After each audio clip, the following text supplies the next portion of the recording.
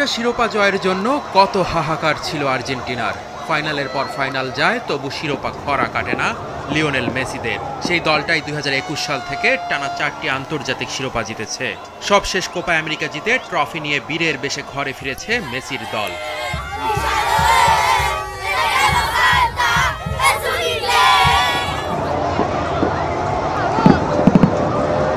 বিজয়ী দলকে বরণ করে নিতে লাখো মানুষ আর্জেন্টিনার রাজধানী বুয়েনোস আইরেসের রাস্তায় নেমে আসেন।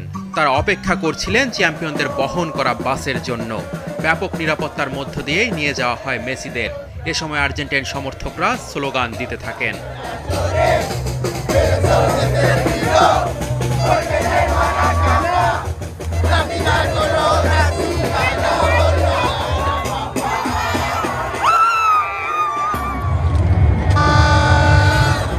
ট্রফি জয়ের আনন্দে সব বয়সী মানুষ রাতভর উৎসব করেন। আতশবাজির রঙিন খেলায় মেতে ওঠেন তারা। দক্ষিণ আমেরিকান ফুটবলের রেকর্ড 16তম শিরোপা জয়ের উৎসব আর্জেন্টাইনরা থামাতে চান না।